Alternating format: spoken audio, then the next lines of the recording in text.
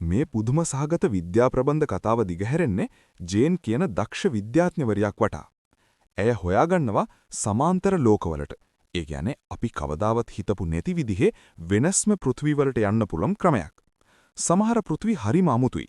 මිනිස්සු ඉපදිලාම නැති තරම්. තවත් සමහරක් අපේ ලෝකයේ වනීම වුණත් ඒවායේ තියෙන්නේ හරිම භයානක ඉරණමක්. දැන් තියෙන ප්‍රශ්නේ මේකයි. ජේන්ට මේ අමුතු ලෝකවල ජීවත් වෙලා ආපහු ඇට්ට පෘථුවියට එන්න පුළුවන් වෙයිද? කතාව පටන් ගන්නෙ රෑ වෙලා ජේන් හොරෙන්ම ගේකට ඇතුල් වෙන තැනින්. හැබැයි පරිස්සමෙන් ඇතුළට යද්දි ඇයට පේනවා කවුරුත් හිතන්නේ නැති දෙයක්. ඇය වගේම තවත් කෙනෙක් ඒ ගේ ඇතුලේ ඉන්නවා. බය වුණු ජේන් එතනින් ඉක්මනට පැනලා යනවා.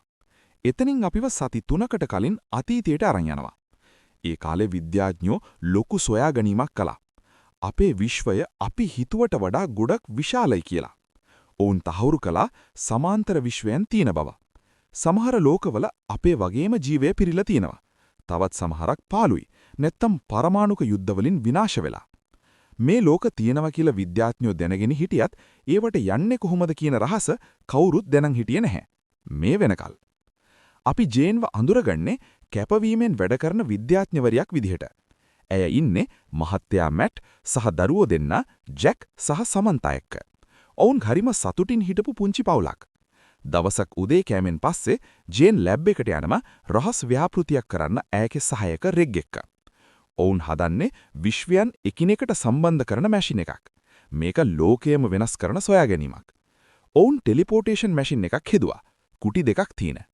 පළවෙනි කුටියට යම් දෙයක් දාලා දෙවෙනි කුටියෙන් ඒක ගන්නයි ඔවුන් බලාපොරොත්තු වුණේ.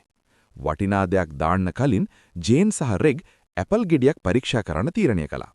ඒක මැෂින් එකට දාලා වැඩේ පටන් ගත්තා. මැෂින් එක ඇපල් ගෙඩිය ස්කෑන් කළා. හැබැයි වැඩේ වෙන්න යද්දිම ලොකු කරන්ට් එකක් කෙපුණා. මුළු ලැබ් එකේම ලයිට් ගියා. කරන්ට් එක ආවම පේන්න තිබුණේ ඇපල් ගෙඩියේ තිබුණු තැනම තියෙනම කියලා. මේකට මීට වඩා ලොකු ශක්තියක් ඕන කියලා ජේන්ට තේරුණා. පරීක්ෂණය අසාර්ථක වුණා. කලකිරුණු ජේන් ටිකක් විවේක ගන්න මැට්ව හම්බ වෙන්න වැවගාවට ගියා. ඒක ඔවුන් නිදහසේ ඉන්න තැනක්. ඇය තමන්ගේ ප්‍රශ්න ඔහුට කිව්වා. ආයෝජකයෝ වැඩේ ඉක්මන් කරන්න කියලා බල කරන හැටිත් කිව්වා. මැට් ඉවසීමෙන් අහගෙන ඉඳලා කිව්වේ ඇය ගැන ලොකු විශ්වාසයක් තියෙනවා කියලා. ඇය ඉක්මනින්ම සාර්ථක වෙයි කියලා ඔහු සහතික කළා.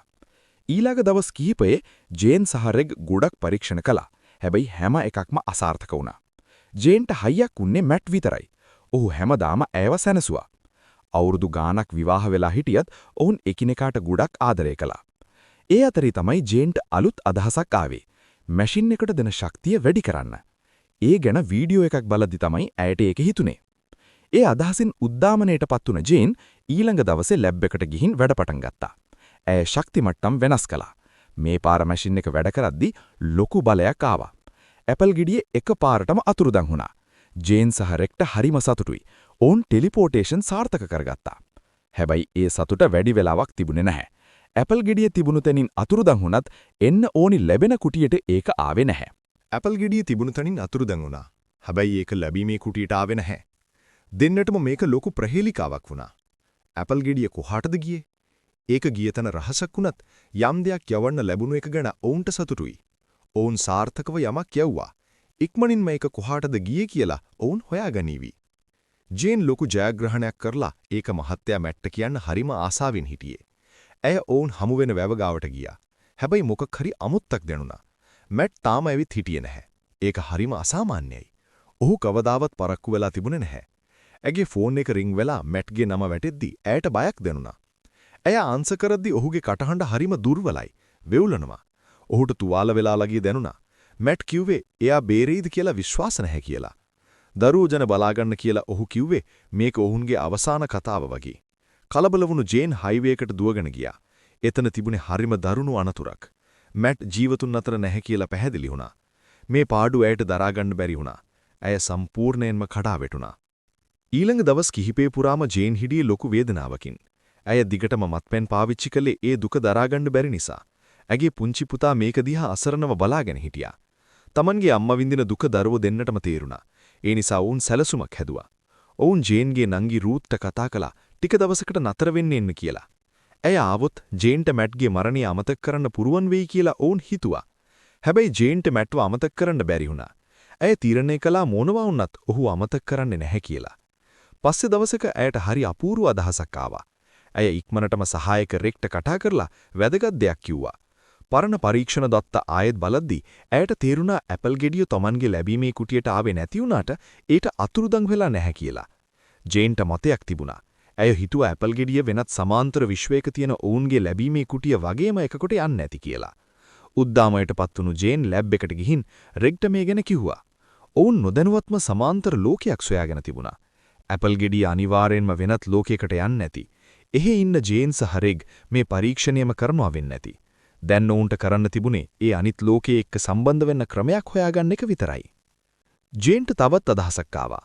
සමහර විට ඒ ලෝකේ ඉන්න අයට මැෂින් එක වැඩ කරන හැටි තාම හිතාගන්න බැරි වෙලා ඇති. ඒ නිසා ජේන් සහ රෙග් සැලසුමක් හැදුවා. ඔවුන් මැෂින් එකේ ශක්තිය වැඩි කරන ක්‍රමය කොලයක ලියලා ඒක මැෂින් එකෙන් යවුවා. ඒක අනිත් පැත්තට ලැබෙයි කියලා හිතාගෙන. ඔවුන් ඒක කරා. මැෂින් එකෙන් පණිවිඩයක් යවුවා. කලින් වගේම ඒක අතුරුදන් වුණා. ජේන් කිව්වේ මොකක් හරි පිළිතුරක් එනකන් බලන් ඉම්මු කියලා. වෙනත් සමාන්තර ලෝකයක් තියෙනවා කියලා ඔප්පු කරන්න. දවස් දෙකකට පස්සේ ජේන් හිතපු දේ හරි ගියා. රෙග් ඇයට ඉක්මනින්ම ලැබ් එකට එන්න කිව්වා. ඇය එද්දි ලැබීමේ කුටියේ අලුත් කොලයක් තිබුණා. ඒකේ තිබුණේ ස්තුතියි කියලා.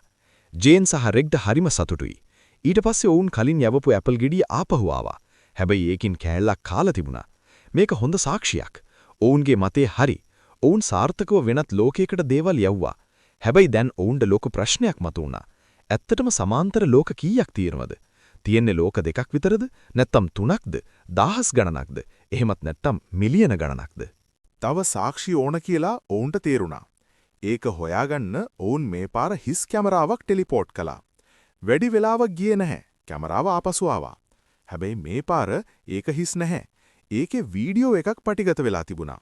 ජේන් සහ රෙග්ගේ වීඩියෝ එක බැලුවා. ඔවුන් පුදුම වුණේ එහි තවත් ජේන් කෙනෙක් ඉන්නවා දැකලා. ඇය හෙලෝ කියලා ඕන්න පිළිගත්තා. ඇය වැඩ කරන ලැබ් එකත් පෙන්නුවා. එහෙ ඉන්න ඇගේම රෙග් එක්ක ඇයත් කරන්නේ මේ පරීක්ෂණයමයි. ස්ක්‍රීන් එකේ හිටපු ජේන් පෙනුමෙන් ටිකක් වෙනස්. ලැබ් එකයි මැෂින් එකයි ටිකක් වෙනස්. පැහැදිලි මේ සමාන්තර විශ්වය ඔවුන්ගේ එකට වඩා වෙනස් කියලා. ජේන් සහ රෙග්ට හරිම පුදුමයි. ඔවුන් අන්තිමේදී වෙනත් විශ්වයක් සොයාගත්තා. මුළු මිනිස් ඉතිහාසයේම මේක ලොකුම සොයා ගැනීමක් වුණා. ඔවුන්ට හරිම සතුටුයි. මේ සාර්ථකත්වයෙන් පස්සේ ජේන් ඇයයි මැටයි නිතරම හම්බ වෙන වැව ගාවට ගියා. එතන ඉද්දි ඇයට එකපාරටම අදහසක් ආවා. අනිත් ලෝකේ මැට් කවදාවත් මැරුණේ නැත්තම්? ඇය තුල පොඩි බලාපොරොත්තුවක් ඇති වුණා. කිසිම කාලයක් නාස්ති නොකර ජේන් ඉක්මනින් ලැබ් එකට දිව්වා. රෙග් එතන විකියේ නැහැ. හැබැයි ජේන් ඒ ගැන හිතුවේ නැහැ. ඇය මැෂින් එකට ඇතුල් වෙලා දෙපාරක් හිතන්නේ නැතුව ඇයවම ටෙලිපෝට් කරගත්තා මැට් තාම ජීවත් වෙනවා කියලා හිතපු ඒ සමාන්තර ලෝකයට. ජේන් සාර්ථකව දෙවෙනි විශ්වයට ගියා. මෙතෙන් සිට මේ ලෝකය දෙවෙනි විශ්වය ලෙසත් එහි ඉන්න අය දෙවෙනි පිරිස ලෙසත් හඳුන්වනවා. ජේන් ආවේ පළවෙනි විශ්වයෙන් නිසා ඇයව සාමාන්‍ය විදිහටම නමින් හැඳින්වුවා. දෙවෙනි විශ්වයේ ලැබ් එක ඇගේ එකට වඩා ටිකක් වෙනස්. ඇයට පුරුදු පාට වෙනුවට හැමතැනම රතු පාටක් තමයි තිබුණේ. ඇය ඉක්මනින්ම ලැබ් එකකින් එළියට ඇවිත් ලෝකයේ දිහා බැලුවා. මේ පෘථුවිය ගොඩක්ම දියුණුයි. අහසේ අමුතු තාක්ෂණික ඩ්‍රෝන යානා පියාඹනවා. ඒක ඇය දන්නා පෘථුවියට වඩා ලොකු වෙනසක්. හැබැයි ජේන් ආවි මේ තාක්ෂණය බලන්න නෙමෙයි. ඇගේ හිතේ තිබුණේ එකම දෙයයි. ඒ මැට්.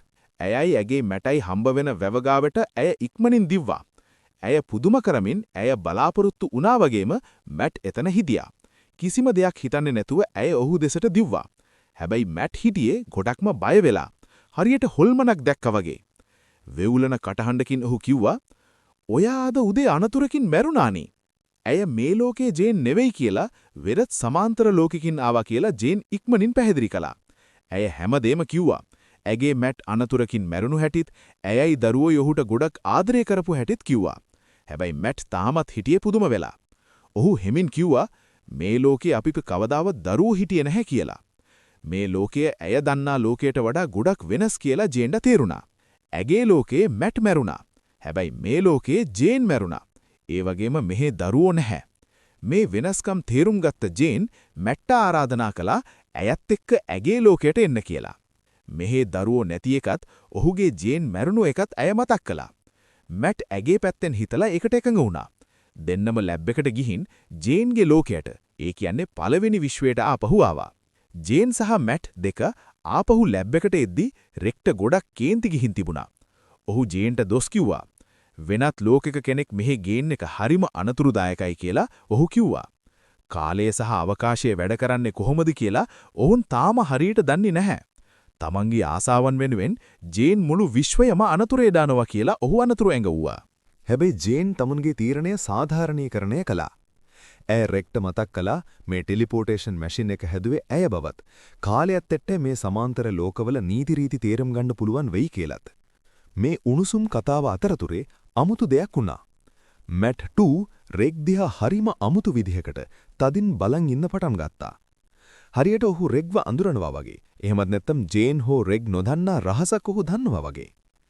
මැට් 2ගේ මේ අමුතු හැසිරීමට හේතුව ළඟදීම එළිවෙන්න තිබුණා. ජේන් මැට් 2ව ගෙදර එක්කන් ගියා එගේ දරුවෝ වුණු ජැක් සහ සමන්තාට හඳුන්වලා දෙන්න.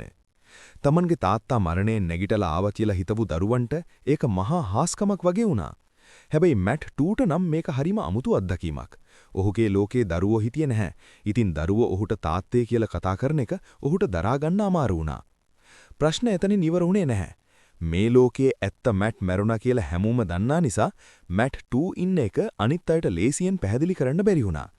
ඒ නිසා මොකද කරන්න කියලා තීරණය කරනකල් දවස් කිහිපයක් මැට් 2ව හංගලා තියන්න ජේන් තීරණය කළා. මොන දේ වුණත් Tamanගේ මහත්තයා වගේ කෙනෙක් ආපහු ජීවිතයට ලැබුණ එක ගැන ජේන් හිටියේ ලොකු සතුටකින්. ඕන් දෙන්න කාලය ගත කරමින් Tamanගේ ලෝක ගැන විස්තර කතා කළා. මැට් 2ගේ පෘථුවිය ගොඩක් වෙනස් කියලා ජේන්ට තේරුණා. ඒක තාක්ෂණයෙන් ගොඩක් දියුණු වුණත් ප්‍රචණ්ඩත්වයෙන් පිරිච්ච තැනක්. මැට් 2 Tamanගේ ආරක්ෂාවට ආයුධයක් පවා ළඟ තියාගෙන හිටියා. ඒක දැකලා ජේන් පුදුම වුණා. ඔහුගේ ලෝකේ හැම වෙලාවකම අනතුරු තියෙන නිසා හැමෝම ආයුධ ළඟ තියාගන්නවා කියලා ඔහු කිව්වා. තාක්ෂණය වැඩියෙන් පාවිච්චි කරපු නිසා ඔහුගේ ලෝකේ හරිම කැත වෙලා තිබුණේ. ඒක බලද්දි ජේන්ගේ ලෝකේ හරිම ලස්සනයි කියලා ඔහු පිළිගත්තා. පහුවදා උදේ මැට් 2 ඇවිද්දන්නේ යද්දි ජේන්ගේ අසල්වැසියෙක් ඔහුව දැක්කා. ඔහු පුදුම වෙලා එකපාරටම මැට්ව අඳුරගෙන මෙහෙම ඇහුවා. "ඔයා කොහොමද පණ පිටින් ඉන්නේ? ඔයා මැරුණ කිව්වා නේද? මොකද ඉන්ෂුරන්ස් සල්ලි ගන්න බොරුවට මැරුණ වගේ රංගපනවද?" මැට් 2 එතනින් යන්න හැදුවත් අර මිනිස්සයා ඉඩ දුන්නේ නැහැ. කට වහගෙන ඉන්න නම් අල්ලසක් ඕන කියලා බල කළා. මැට් පණ පිටින් ඉන්නවා කියලා හැමෝටම කියනවා කියලා ඔහු තර්ජනය කළා. ඒ වෙලාවේ මැට් 2ගේ ඉවසීම ඉවර වුණා. කේන්තිය පාලනය කරගන්න බැරුව ඔහු Tamanගේ අනාගතවාදී ආයුධය එළියට අරන් කිසිම දෙයක් හිතන්නේ නැතුව අර මිනිස්සයව මරලා දැම්මා. තත්වය හරිම භයානක පැත්තකට හැරුණා. ජේන් හිටියේ බයම් වගේම කම්පණයෙන්. මේ මැට් 2 ඇය දන්න මැට් වගේ නෙවෙයි. ප්‍රචණ්ඩකාරී ලෝකයක හැදුණු ඔහුගේ ස්වභාවය හරිම දරුණුයි. ඔහුගේ ලෝකයේ මිනිස්සු එකිනෙකා මරාගන්න එක සාමාන්‍ය දෙයක් කියලා ඔහු කලින් කියලා තිබුණා. හැබැයි දැන් ජේන් ඒ දරුණුකම S2කින්ම දැක්කා. ගත වුණු දවස් කිහිපේ මැට් 2ගේ හැසිරීම හරිම අස්ථාවර වුණා. ඔහු ජැක් සහ සමන්තා දිහා හරිම අමුතු විදිහට බලන් ඉන්නවා. ඒ වගේම පොඩි දෙයටත් කේන්ති ගන්නවා.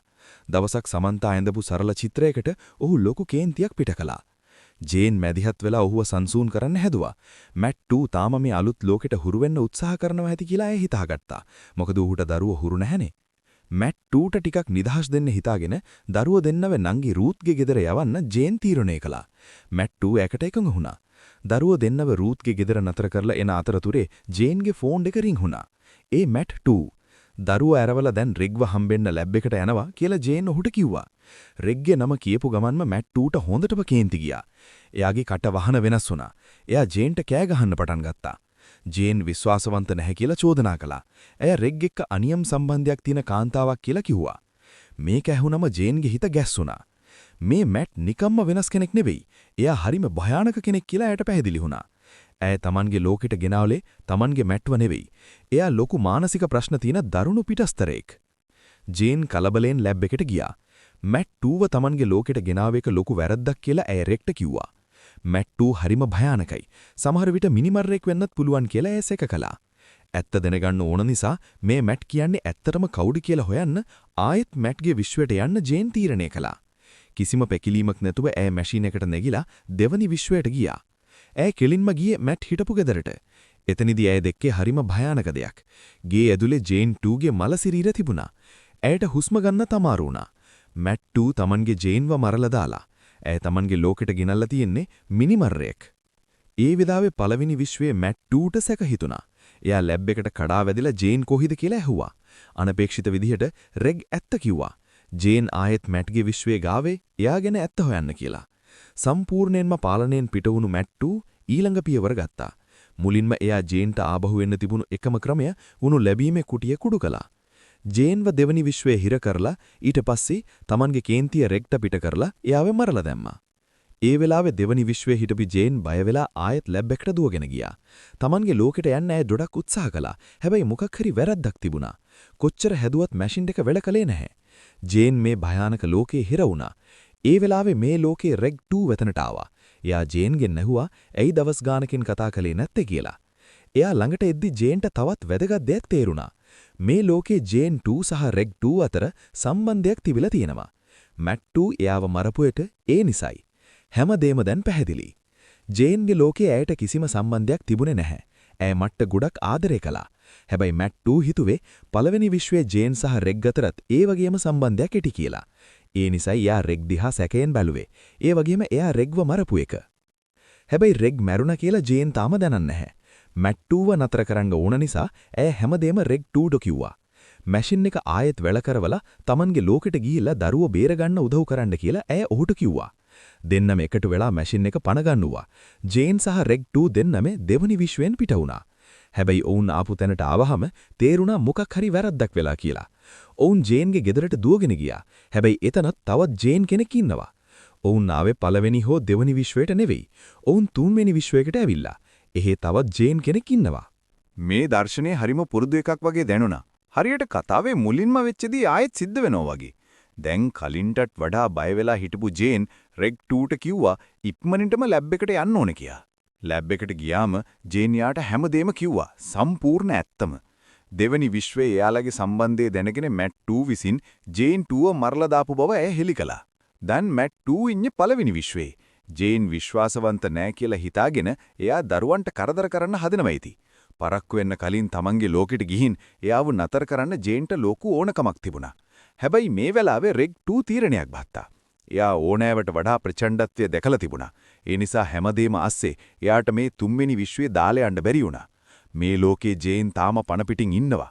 ඒ නිසා එයා දන්නා ජේන් නොඋනත් ඇජෙක්ක ඉන්න එයාට අවස්ථාවක් තිබුණා. ජේන් නික්මනට අලුත් කේත මැෂිමකට ඇතුල් කරලා දරුවෝ බේරගන්න කාලයත් එක්ක සටන් කරමින් ආයෙ ටෙලිපෝට් වුණා. මේ අතරේ ඇගේ ඇත්තම විශ්වයේ මැට් 2ට හොඳට පිස්සු හැදිලා වගේ හිටියේ. එයා රූත්ගේ ගෙදරට ගියේ කොහොම හරි ජේන්ගේ දරුවෝ මරලා දාමා කියලා හිතාගෙන. හැබැයි ජේන් නියම වෙලාවට රූත්ගේ ගෙදරට ගියා. වෙවුලන කටහඬින් එය රූට්ටයි දරුවන්ටයි හැමදේම කිව්වා. මැට් 2 කියන්නේ වෙනත් විශ්වයකින් ආපු මිනි මරුවෙක් බවත් එයා එයාලව මරන්න එන බවත් ඇය හෙළි කළා. එයාලට ඉක්මනට හැංගෙන්න ඕන වුණා. හැබැයි පරක්කු වෙඩි. මැට් 2 ඒ වෙනකොටත් ඇවිත් ජේන් එයාට මුහුණ දීලා කිව්වා ඇය ඇත්ත දන්නවා කියලා. එයා එයාගේම ලෝකයේ ජේන්ව මරපු බව. මේකට කේන්ති ගිය මැට් 2 තමන්ගේ ආයුධය ඇය දෙසට එල්ල කළා. එයා පහර දෙන්න හදද්දිම ජේන්ගේ පුතා එයාගේ ඇඟට පැන්නා. මැට් 2 සිහි නැති වෙලා වැටුණා. හැමෝම එකතු වෙලා එයාව බැඳලා දැම්මා. දැන් එයාලට ලොකු ප්‍රශ්නයක් ආවා. පොලිසියට යන්න විදියක් නැහැ. මොකද මේ විශ්වයේ ඇත්ත මැට් ඒ වෙනකොටත් මැරිලායි හිටියේ. එයාලා මේක කොහොමද විස්තර කරන්නේ? ටිකක් කතා කරලා එයාලා සැලසුමක් හැදුවා. ආපහු එන්න බැරි වෙන්න මැට් 2ව විනාශ වෙච්ච ජීවත් වෙන්න බැරි විශ්වයකට යවන්න එයාලා තීරණය කළා. එයාලා යාව ලැබ් එකට අරන් ගිහින් වැඩේ කළා. අන්තිමේදී මැට් 2 ගෙන් තිබුණු අනතුර ඉවර වුණා. හැබැයි මැට් 2ට හැරෙද්දි එයා හිටියේ 4 වෙනි විශ්වයක. කිසිම මිනිසෙක් නැති පාළු වංකගිරි වගේ ලෝකෙක. එහි පරිසරයේ හරිම දරුණුයි. Taman හිර වෙලා ඉන්නවා කියලා මැට් 2ට බය හිතුණා. හිතාගන්න බැරි අපායකටත් වඩා දරුණු විදිහට එයා සදහටම මේ පෘථිවියේ හිර වුණා. ඒ එයා කරපු පව්වලට ලැබුණු දඬුවමයි. මේ අතරේ ඇත්තම මැට් ආයෙත් එන්නේ නැහැ කියලා ජේන් හිත හදාගත්තා. ආයෙත් කවදාවත් වෙනත් විශ්වයකට යන්නේ නැහැ කියලා ඇය පොරොන්දු වුණා. ඇය දරුවෝ සහ තමන්ගේ ජීවිතය ගැන විතරක් හිතලා ජීවත් වුණා. මාස දෙකක් ගියා. ජේන් ආයෙත් සතුටින් ඉන්න පටන් ගත්තා. දවසක් ගෙදර දොර බෙල් එක වදිද්දි ජේන් ගිහින් බැලුවා. පුදුමිකට වගේ එතන හිටියේ රෙග් 2. අර මැට් 2 එක්ක ජේන් මුලින්ම ගිය ලෝකයේ රෙග් 2 ගාව තිබුණේ භයානක ආරංචියක්. එයා කිව්වා යාලට ලොකු වැරදීමක් වුණා කියලා. ඇත්තම දේ ජේන් ඉන්නේ ඇගේ ඇත්තම විශ්වයේ නෙමෙයි. ඇය ඇවිල්ලා තින්නේ ඇගේ ලෝකේ වගේම පේන 5 වෙනි විශ්වයකට. එයා පැහැදිලි කළා ඇගේ ඇත්තම ලෝකයේ ලැබීමේ කුටිය මැට් 2 විසින් කුඩු කරපු නිසා ජේන්ට කවදාවත් ආපහු එන්න බැරි වුණා කියලා. ඒ කියන්නේ ජේන්ගේ ඇත්තම ලෝකයේදී මැට් 2 දරුවෝ දෙන්නව මරලා දාපු ඇති. මේ හිත රිදෙන ඇත්ත එක්ක කතාව හරිම භයානක විදිහට ඉවර වෙනවා. දැන් තියෙන ප්‍රශ්නේ මේකයි. ඔයාටත් සමාන්තර ලෝකයකට යන්න ලැබුණොත් ඔයා යන්න බය නැද්ද? කමෙන්ට් එකක් දාන්න. ඉතින් ඔයා මේ කතාවට කැමති නම් වීඩියෝ එකටත් ලයික් එකක් දාලා channel එකත් subscribe කරලා තියාගන්න. එහෙනම් කොල්ලෝ අදට අපි ගියා.